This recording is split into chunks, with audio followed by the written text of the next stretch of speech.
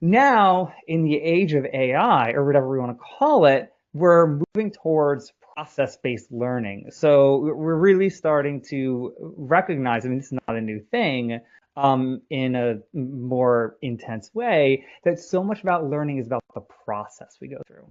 It's not so much about the product. It's about what students are doing, what's going on in the background. And in order to get that, in order to get that kind of information, we need to have that kind of transparency built in.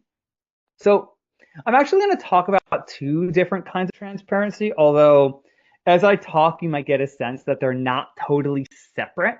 And this is sort of talking about my own thing and giving a little bit more concrete information about transparency, but it's also starting to segue to visible AI so they can take over and talk about their model, although they might complicate things further depending on how they talk about it in terms of where they land in these two groups. So the two basic kinds of transparency are first party transparency.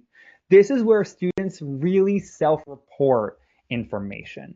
And I'll give you a version of how this works in my own classes. So trying to give students models, create an environment when they talk about how they used AI, if they used AI. And I'll give you one method for doing that if you're interested. And then the other form of transparency is third-party transparency. Now, my temptation is to put visible AI in this group, although again, I will let them complicate that if that is off in any way. But so many of these programs that you see, these process trackers, fit into the third-party transparency.